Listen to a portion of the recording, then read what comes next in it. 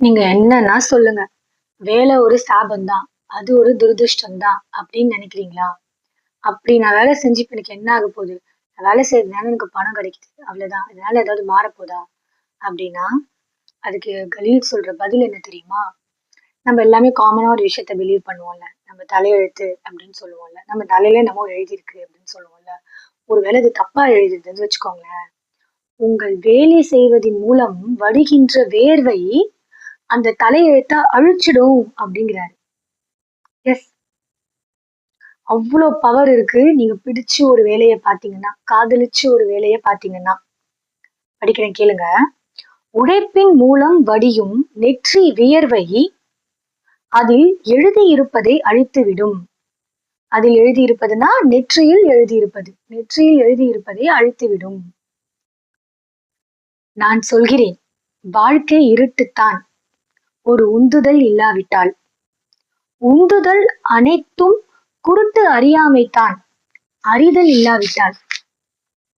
அனைத்து அறிவும் வீண்தான். வேலை இல்லாவிட்டால். அனைத்து வேலையும் வெறுமைதான்.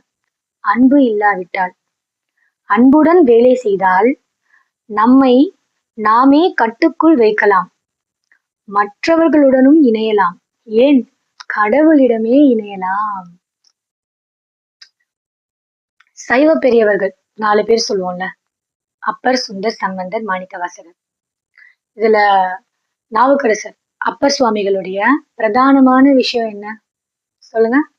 உழவாரப் பணி. என் கடன் பணி செய்து கிடப்பதே அப்படிங்கிறதுதான். சோ இப்போ இதோட கனெக்ட் ஆகுதா? அன்புடன் வேலை செய்தால் நம்மை நாமே கட்டுக்குள் வைக்கலாம்.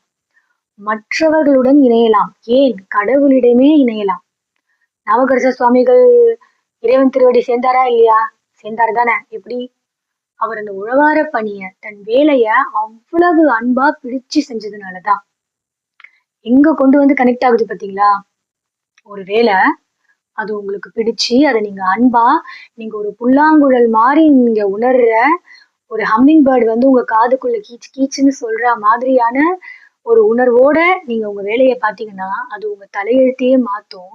ஏன் உங்களை அது கடவுள்கிட்ட கூட கொண்டு போய் இணைக்கும் அப்படிங்கிறாரு ஜிப்ரான்.